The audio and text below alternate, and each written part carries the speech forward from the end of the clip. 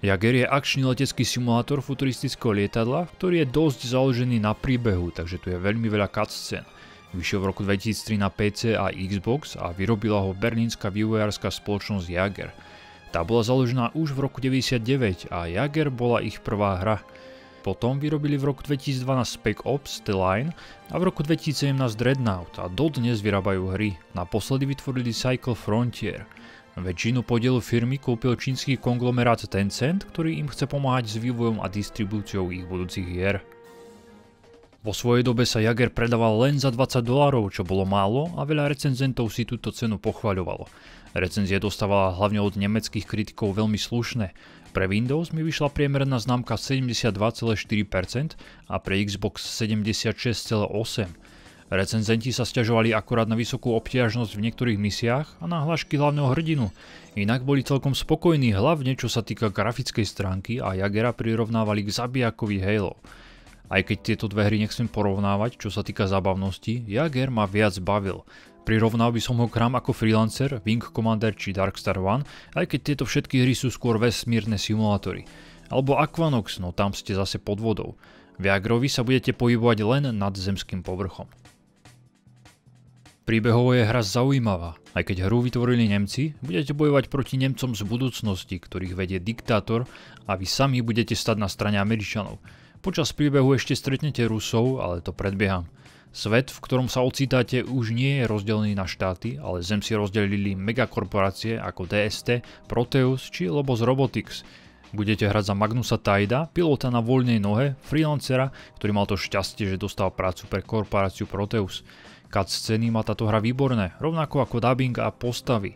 Začínate na Proteových ostrovoch, kde ste podpísali nový kontrakt a dostali novú bojovú loď LR-4004 Archer Sagittarius, ktorú budete ovládať. To bol najväčší ťahák tejto hry. Už keď som hral demo, chcel som si viac zalietať v tomto lietadle, pretože si môžete rýchlo prepínať mody vznášania a stíhačky. Animácie zmeny týchto modov sú skvelé, keď sa na loď pozeráte z tretieho pohľadu. Obťažnosť je v niektorých misiách fakt poriadne vysoká, no za škrípania zubov sa to dá zvládnuť. Ak vám nepriatelia kriticky poškodia loď, na mape sa ukážu opravné stanice, kde si môžete loď opraviť. Mne by malo zdravie lodi nevadilo, skôr ma otravoval hrozný alarm, ktorý vždy zaznel pri nízkom zdraví lode. A štvalo ma padanie hry, keď ma zabili, nahral sa checkpoint a stmavla obrazovka, takže som musel vypnúť natvrdo hru cez správcu úloh a ísť celú misiu odznova a dať ju v podstate na jeden záťah bez zomretia. To sa stávalo hlavne v polovičke hry a na konci tento problém našťastie zmizol, no hrozne to naštvalo. Ale za to určite môže zlá kompatibilita s novými systémami. Skúšal som použiť aj DG Voodoo, ale ten mi robil zvláštne artefakty v strede obrazovky a rozlíšenie vôbec nezvýšil. Ďalšou nepríjemnou vecou bolo, že hudba bola príliš nahlas, preto ste nepočuli rozhovory. A vždy keď som si ju nastavil pred hraním na polovicu, po reštarte sa znovu vrátila a naplno hučala počas hry. Ovládanie je ďalším problémom hry. Nehral som ju na Xboxe, ale myslím, že tam by šla s ovládačom hrať lepšie. PC verziu som skúšal aj s joystickom, no nakoniec som ostal pri klávesnici a myške.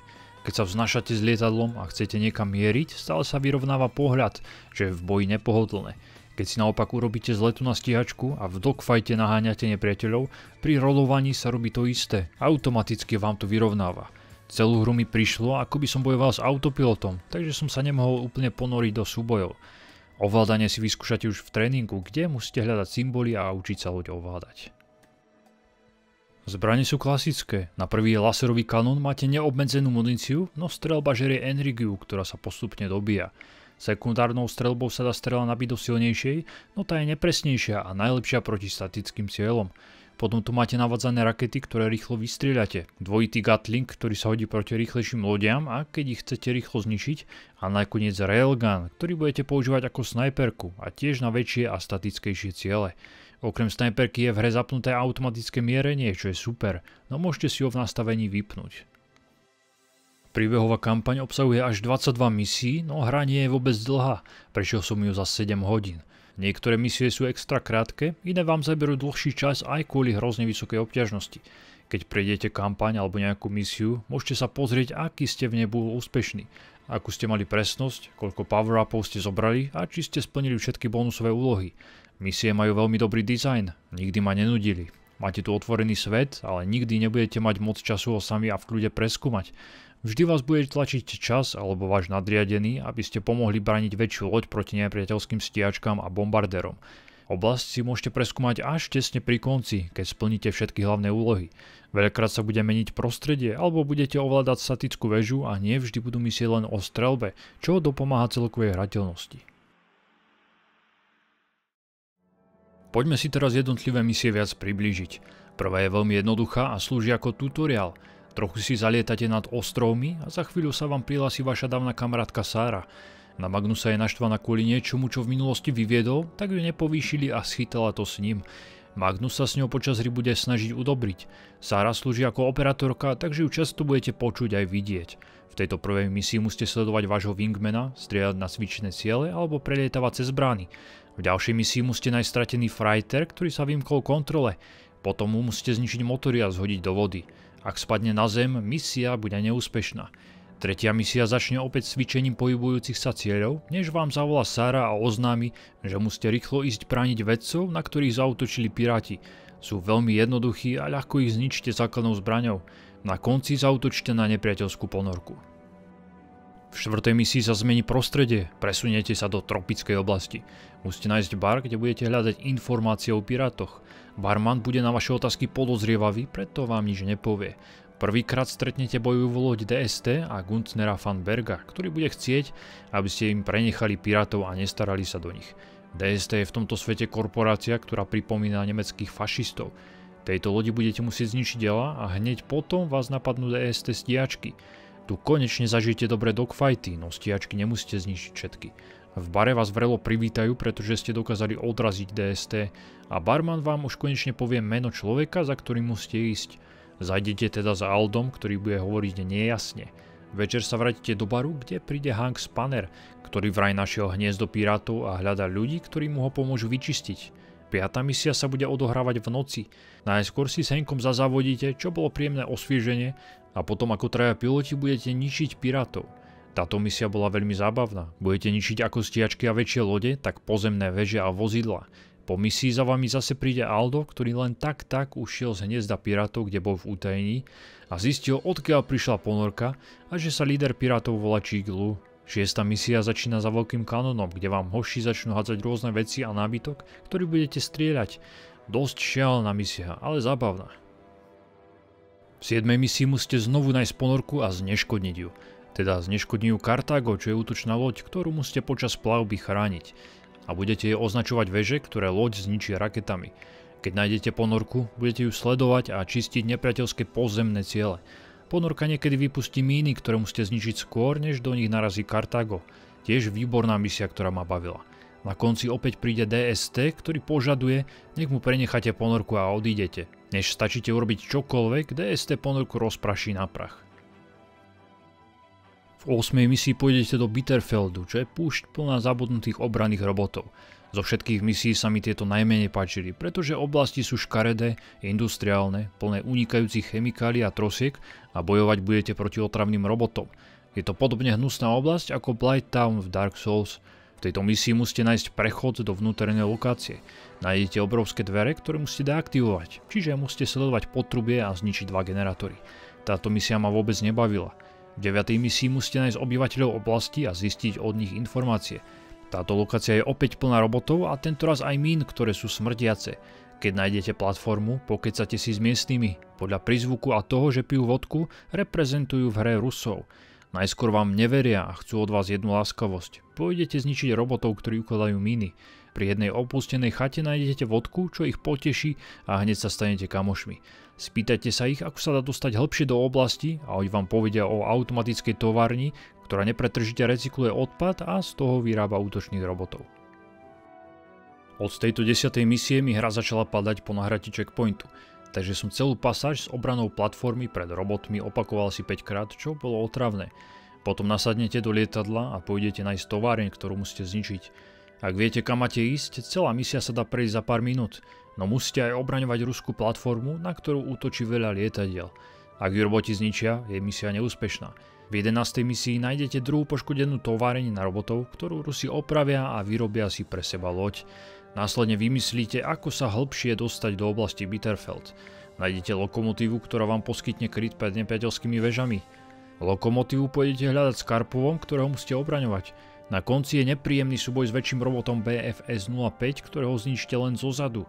Nepríjemný je ten súboj len kvôli ovládaniu, pretože sa z loďou ťažkopádne otáča. Keď nájdete lokomotívu, v 12. misii ju musíte chrániť pred nepriateľmi a mínami a potom sa za ňou schováte pred strieľajúcimi väžami. 13. misia je boss fight proti akémusi poskladanému robotovi, ktorý na vás bude strieľať z rôznych zbraní. Je ale veľmi jednoduchý. Na konci konečne stretnete spojencov a odídete z Bitterfeldu. 14. misia sa opäť odohráva doma na ostrovoch Proteusa. Konečne ste preč z hnusného Bitterfeldu, takže zelenie je príjemná zmena. Vedcov napadnú piráti, takže znovu proti nim budete bojovať. A teraz aj proti väčším lodiam, ktoré sa podobajú na nákladné s množstvom kanónov. Pomáhať vám v boji budú aj spojenecké stíhačky, takže nebudete sám. Potom pôjdete zničiť Starý hrad, kde majú piráti základňu, aby ste vylákali Čiglu. Tá sa bude snažiť utiecť, no nesmiete zničiť jej lietadlo, pretože má na palube doktora. Musíte ju trafiť elektromagnetickou strelou a vyradiť jej motory. Strieľať manuálne je ťažké, pretože sa vám bod stále vyrovnáva. Keď ju trafíte viackrát, zhodí doktora do mora, kde ho môžete vyzdvihnúť. 15. misia sa odohráva vo voľnej zóne, čo je taká mierová oblasť, kde proti sebe nikto nebojuje. Vy sa s loďou a doktorom musíte dostať na druhú stranu, no keďže piráti nemôžu používať zbrane, budú do vás vrážať a snažiť sa poškodiť loď. Vytvoria akúsi blokádu. Vy takisto nemôžete s veľkou loďou používať zbrane. Namiesto toho využijete vodné dielo, ktorým otravné lode odstrčíte. Je to príjemná minihra, ktorá je zase o niečo iná. Potom pôjdete zachrániť potopenú stroskotanú loď a následne ďalšiu eskortujete do bezpečia, no okolo vás budú nepríjemne lietať DST, ktoré po malej výmene názorov zaútočia. 16. misia sa odohráva v Staronovej oblasti. Znovu pôjdete do baru, no zistíte, že všetci odišli, preto musíte získať ďalšie informácie. V oblasti sa to hemží pirátmi a DST, takže budete mať plné ruky práce s ich ničením. A musíte nájsť tajnú základňu Garyho, ktorá je ukrytá niekde v horách. V 17. misii stupne obťažnosť do nebeských výšin. Musíte nájsť stratený kariér a oblasť, ktorú budete prehľadávať, je plná nebezpečných DST lodí a veží. Ak proti ním pôjdete priamo, tak nemáte šancu. Musíte využívať stealth, čo ste doposiaľ v hre nerobili. Využívať hmlu, ktorá vás pred nepriateľmi ukrie. Keď vyvoláte poplach, hneď sa na vás vrhne pol tucta nemeckých stíhačiek. Musíte nejakým spôsobom zničiť generátory, buď na jednej alebo druhej strane. Po tejto misii vás DST zavrie do cely a zoberie vám aj loď, ale do vás príde oslobodiť a konečne zistíte totožnosť Čiglu, pirátskej kráľovnej. 18.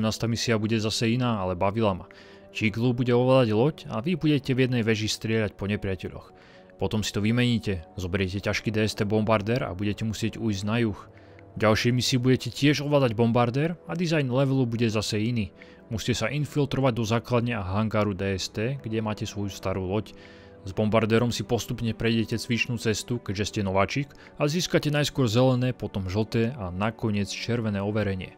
Do hangáru dáte bombu a útek bude ako z akčného hollywoodského filmu. V týchto posledných misiách dostanete nový skill Time Warp, ktorý spomalí čas a vy lepšie môžete triafať nepriateľov. DST stíhačky majú nepríjemné navádzané rakety, ktorým sa ťažko vyhýba, no dajú sa zničiť. Keď vás trafia, uberú vám polovicu života, takže dve také rakety a môžete ísť odznova. V 20. misii zaútočte na pevnosť DST. Zistíte, že Nemci vlastnia mocnú zbraň, akýsi lúč, ktorým si dokážu privlastniť časti nepriateľských lodí.